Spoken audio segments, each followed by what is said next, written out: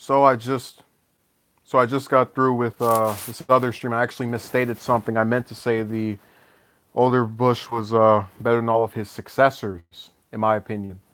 Um, and I felt the best way to break this down was to go one by one. So comparing him to Trump is probably maybe the easiest. But I want to preface this by saying that my problem with Trump is actually very similar to my problem with Obama, which is that both have continued issues that I've had with the younger Bush, whether it be the Afghanistan war or the continued use of these surveillance programs and the Patriot Act and the horrors that that's inflicted on our privacy. Um, so I just want it to be known that a good chunk of it is done with those, as well as the drone strikes. Just forgot about that. But the other part, let me say hello to Envoy and Dirk.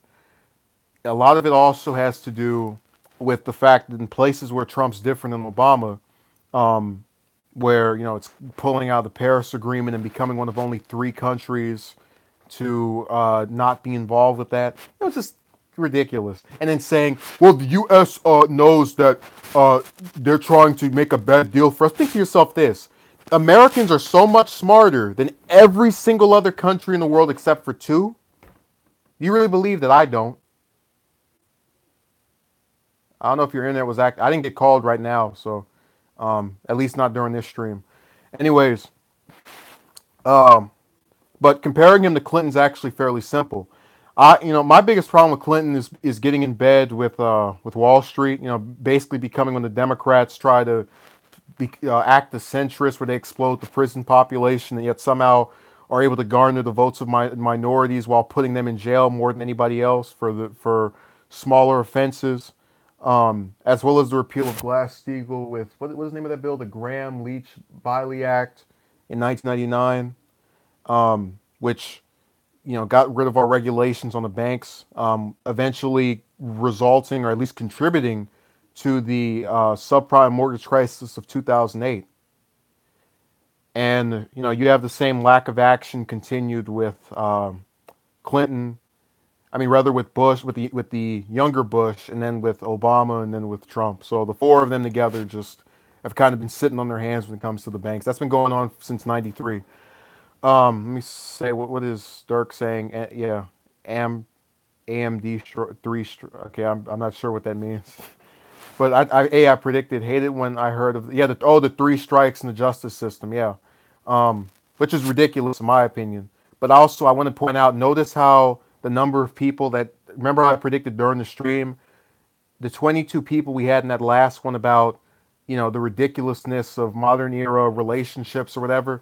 It went from I said it was going to get cut by at least 50%. It went even lower than that. Notice that I predicted it. I just want to point that out because a lot of people say it's the lack of confidence. He won't believe in himself. And you just saw right now that I predicted correctly what was going to happen. And it's not because I'm not confident. It's because I know that people more likely than not are not going to want to sit there and discuss something that is actually substantive and contributes to the lives of those around us. Let me say hello to JMO 1000, or do I just call you J. M. O. 1000? You can pick which title. I'll be fine with either one. Um, so yeah, the four of them have sat on their hands when it comes to the banks. Uh, and really, the older Bush, and this is while the four of them have also been taking money from that same group of people. I like the older Bush for a number of reasons. One of which is that I felt he was principled, and we had the aftermath of the Gulf War, where his approval rating just skyrocketed to being over 80%, and re-election at that point seemed like a no-brainer. As a result of the deficit spawned by the Reagan years, he was basically left with having to renege on his promise not to raise taxes. And this is cited as something that contributed to him losing his reelection campaign. Along with the death of Lee Atwater, who I'm sure maybe one person out of the thousands next to me actually remembers that wasn't born before the year of 1991 when he died. Um, Referring to Atwater again. So who actually was part of was a very strong force in Bush's '88 presidential campaign. But see, I see that as principle because what do you do? Sink the economy or win re-election? Be known as the president that became Hoover 2.0 or lose the election, and have your approval rating go down and higher the risk of losing basically. Would you say he looks good because he came before Clinton? Well, look, even if there was the lack of action on the banks, you still have the horrible foreign policy. Look, the Obama, in my opinion, of the four after the older Bush, um, is the only president with any type of decency to his foreign policy, and that is particularly relating to finally restoring diplomatic relations with Cuba. Obama was actually the first president to visit Cuba in 88 years when he went there. I believe it was in 2016, since Calvin Coolidge. Um, and also, he was so that change was so dynamic that Trump had to kind of walk back, disliking it. He went from saying it was a bad deal to it could have been better to whatever. And even now, it's still kind of not really doing much to it. So it's something that I think will stick, thankfully, as well as the Iran nuclear deal to assure that the Iranians don't get nukes. The only problem is conservatives like to flip that around and make it seem as if he made a deal to assure the enemies get weapons. It's just nonsense. He did, but what he really wanted was to close. Yeah, Guantanamo Bay not getting closed, ridiculous. Uh, okay, what else is here? Yeah, but Obama, out of all the presidents after Bush, in my opinion, had the best foreign policy. Now, look, those things don't make up for the drone strikes and continue in Afghanistan. I'm just telling you that, a lot of people like to say, oh, you just hate this president. You just hate this. No, I don't hate him. I just don't think he was good. But, not good presidents or presidents that are mediocre, in my opinion anyway, can do good things. So, that's just my personal perspective. You know, it's funny because what we've actually started to see when it comes to media and the people that are so obsessed with pop culture, they try to make it seem as if you don't like these presidents that has something to do with, and you go watch Fox News, you get the same thing. They'll talk about Clinton's, romantic stuff. The news is talking about Stormy Daniels. They'll talk about the genius that Obama was, Bush keeping the U.S. safe, all of this, nonsense. But I guarantee if you go on Fox, you won't see them talk about Glass-Steagall getting repealed because they are paid to be hush-hush about that. You won't see them complaining about net neutrality, getting screwed with by the FCC chairman that Trump appointed because they are paid by the service providers to close their mouths, to make sure that the actual things that are going to screw you over when you log on that computer in a couple of months or however longer it takes for this thing to get enacted do not get talked about. Getting in war was inevitable, but still being there after so long is dumb. No, no, no. The only reason we're in Afghanistan still is because of the military-industrial complex, where you have people who get paid for all of these weapons being used and bodies being blown to pieces and just lining their pockets with all that blood money. You'll be surprised how quickly someone's morality will go out of the window over the fact that someone's shoving little dirty pieces of paper in their pocket. You'll be astounded. Okay, what else is here? I'm glad Dirk is participating heavily. Envoy was here earlier, maybe he left. JMO was here earlier, maybe he left. Saberwolf, I know Saberwolf left. He was tired. So I don't want to talk about all those things of substance. Give me my relationship talk. That's how he factored in how he was going to speak about this, or how this was going to be seen. What else is here? Oh yeah, but well, the older Bush's handling of really, there's just so many things I could go into. My favorite part is that a lot of people actually say. So back when Hillary was running the second time around, Obama was praising her and treating her like she was the greatest thing to ever walk the face of the earth, in spite of criticizing her 8 years before that. I'm glad Saberwolf is still here. He stated that she was the most qualified person, or he couldn't think of a more qualified person. I almost said, that's how you know this is partisan politics, because I'm sorry, the older Bush, in terms of experience, everybody else just wiped away.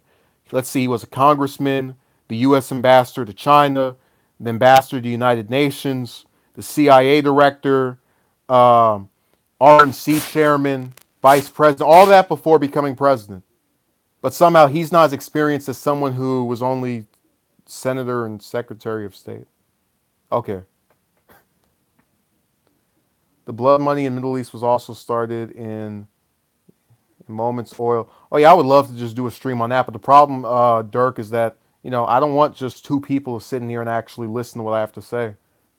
Again, that is the worst part of how the channel's structured now, because now I get impassioned to do those romantic things because I did get sick of how people were being treated and acted that I personally like. But it gets kind of aggravating when you do sit here and you try to talk about other things. Just don't want to hear. It's very telling of the world we live in, where people will sit here and actually discuss something that matters. And look, I'm not saying how we feel is just insignificant, but it's not conducive to world events. So talk about the scandals involving the U.S., war in the Middle East, nine. Yeah, eventually. I have to get the motivation and the time, because I don't want to just do, oh, here's 5 minutes of me talking about my opinion.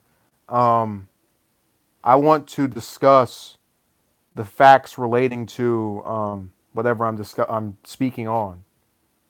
You know, so I really think the bar has been lowered since the older Bush left office, because, like I said, you haven't had that much experience since then, which I don't think you need experience just to be decent. There are certain things, but you definitely need experience as it pertains. CX Saberwolf says, what makes a good president to you? You keep us out of military conflicts, or if you get us involved in one, you don't keep it going extraneously long. Again, the Gulf War under the leadership of the older Bush was a good example. He didn't want the U.S. to be the only country that was going to be going against Iraq.